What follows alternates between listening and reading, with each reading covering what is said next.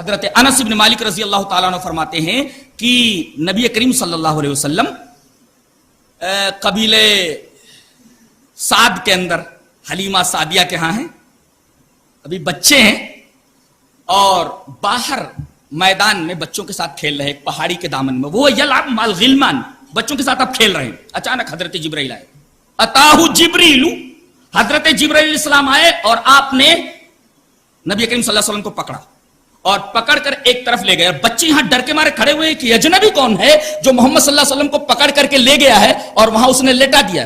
فسارا آہو، پکڑا اور دور لے جا کر کے اس نے نبی کریم صلی اللہ علیہ وسلم کو پچھاڑ دیا. فسارا آہو، پچھاڑ دیا. فشق عن قلبہ، آپ کے دل کو چیر دیا. اور دل کو چیرنے کے بعد فاستخرج القلب، دل کو نکال کر کے باہر رکھ دیا. اس کا مطلب یہ ہوا کہ دل کو نکالنے کے بعد بھی آدمی زندہ رہ سکتا ہے. کوئی نہ کوئی ٹیکنیک ایسی ہوگی، آدمی کو زندہ رکھا جا سکتا ہے قلب نکالنے کے بعد بھی. فاستخرج القلب، روایت مسلم کی ہے، جرا بھی نہیں ہے اس کی سند کے اوپر. فاستخرج القلب، آپریٹ کر کے دل کو انہوں نے باہر نکال لیا. اور پھر اس دل کے اندر سے ایک کالا علقہ نکالا، جو ابھی حافظ صاحب نے تلاوت کیا نا، ثم خلقنا النطفة علقة فخلقنا العلقة مضغة فخلقنا المضغة عظاما فكسونا العظام لحما. یہاں علقہ وہ کالے خون سے عبارت ہے، اور اس کو جو جوک جیسا ہوتا ہے اس کو حضرت جبریل نے دل سے نکال لیا. اور دل سے نکالنے کے بعد کہا ھذا حظ الشیطان منک، یہ شیطان کا حصہ تھا، یہیں سے شیطان اپنا کام کرتا ہے اور روحانی بیماریاں پھیلاتا ہے. یہ سبب ہی ہم کاٹ کر نکال دیتے ہیں. لہذا جناب محمد رسول اللہ صلی اللہ علیہ وسلم کے قلب مبارک کو چاک کر کے دل سے وہ علقہ نکال دیا گیا. جہاں تک سرجری کا معاملہ ہے، یعنی کوئی عضو اندر کا خراب ہو جائے یا باہر کا تو کاٹ کر نکال دیا جائے، یہ بھی ایک بہترین طریقہ ہے.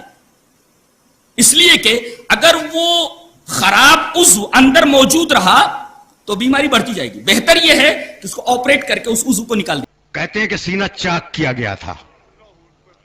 شرح صدر کے معنی ہے، لکھا ہے تفسیر لکھنے والوں نے کہ پیغمبر اکرم کا سینہ چاک کیا گیا تھا اور اس میں سے کچھ نکالا گیا تھا. لکھا ہے نا. تو کہتے ہیں کہ علم نشرح لک صدرک، حبیب کہ ہم نے تمہارے سینے کو چاک نہیں کیا. شرح صدر، اس کا ترجمہ کیا کیا گیا؟ سینے کا چاک کرنا. شرح صدر، صدر سینے کو کہتے ہیں، شرح چاک کرنا، یہ ترجمہ کیا گیا. یہ میرے دوست جو علم نشرح کی تفسیر لکھتے ہیں وہ سورہ طٰہٰ کی تفسیر میں بھول جاتے ہیں کہ جب موسیٰ علیہ السلام سے کہا کہ اذهب الى فرعون انه طغى، موسیٰ جاؤ فرعون کے دربار میں، اس نے بڑی سرکشی اختیار کی ہے، تو انہوں نے پہلی دعا یہ مانگی کہ رب اشرح لی صدری، مالک میرے سینے کو کھول دے. تو کیا وہاں بھی آپریشن ہوا تھا؟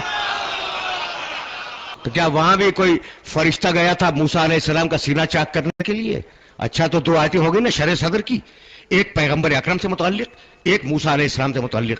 سنو گے، فمن شرح بالکفر صدرن، جو کفر کے لیے سینے کو چاک کر لے.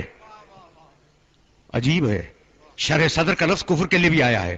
اور یہ سورہ نحل میں ہے. اور سورہ زمر میں آواز دی فمن شرح اللہ صدرہ للاسلام، اللہ اسلام کے لیے مسلمانوں کے سینوں کو چاک کر دیتا ہے. تو کیا ہر مسلمان کا آپریشن ہوتا ہے؟ یعنی فرشتوں کو کوئی کام ہی نہیں ہے سوائے اس کے کہ سینے چاک کریں اور رفو کریں.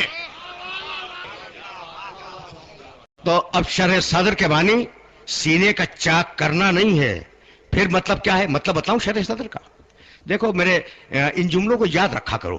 شرح صدر کا مطلب انسان کو اپنے عقیدے اور اپنے عمل پر اطمینان کامل ہو جائے، یہ ہے شرح صدر.